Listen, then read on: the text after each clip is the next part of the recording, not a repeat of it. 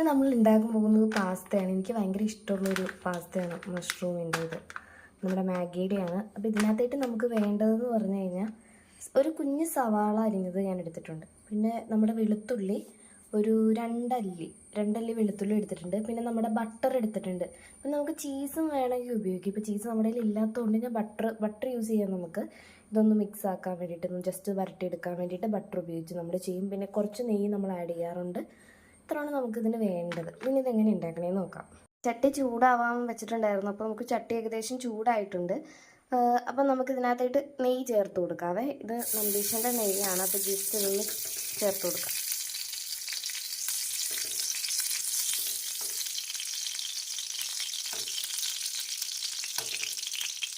ഇപ്പം നെയ്യ് നന്നായിട്ട് ചൂടായിട്ടുണ്ട്. ചൂടായി കഴിയുമ്പോഴത്തേക്കും ഒരു കുഞ്ഞ് സവാളയും ആ വെളുത്തുള്ളിയും കൂടി നമുക്ക് ചേർത്ത് കൊടുക്കാം.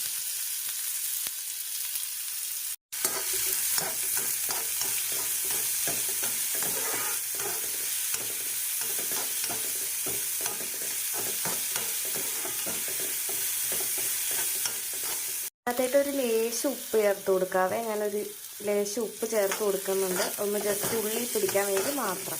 വാടി വന്നിട്ടുണ്ട്. അപ്പം നമ്മുടെ ഈ മാക്രോണീസിൽ ഇത് നമുക്ക് ചേർത്ത് കൊടുക്കാം.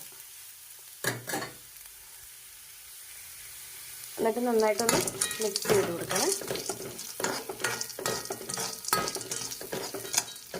നമ്മൾ ഇട്ട് കൊടുത്തേക്കൊന്ന് ജസ്റ്റ് ആയി വന്നു കഴിയുമ്പോഴത്തേക്കും നമുക്ക് പാക്കറ്റിൻ്റെ കൂടെ കിട്ടുന്ന പൊടിയുണ്ട്. ആ പൊടി നമ്മൾ അതായത് മിക്സ് ചെയ്ത് കൊടുക്കുക അതിനകത്തേട്ട് കേട്ടോ.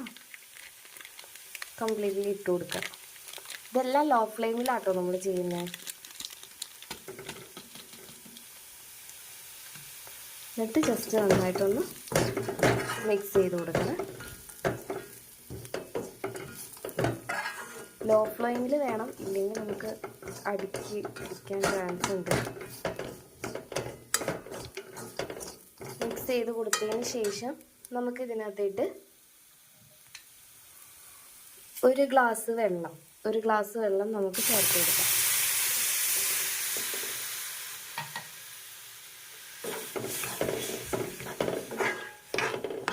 ഒരു ഗ്ലാസ് വെള്ളം നമ്മൾ ചേർത്ത് കൊടുത്തിട്ടുണ്ട്. ഇനി ഇത് നന്നായിട്ട് ഒന്ന് ഇതാവണം, അതായത് വേവണം.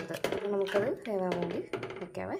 നന്നായിട്ട് തിളച്ച് തന്നെ ടൈമില്ലേ, ആ ടൈമിൽ നമ്മൾ നേരത്തെ എടുത്ത് മാറ്റി വെച്ച ഈ ബട്ടർ നമ്മൾ ചേർത്ത് കൊടുത്തേ.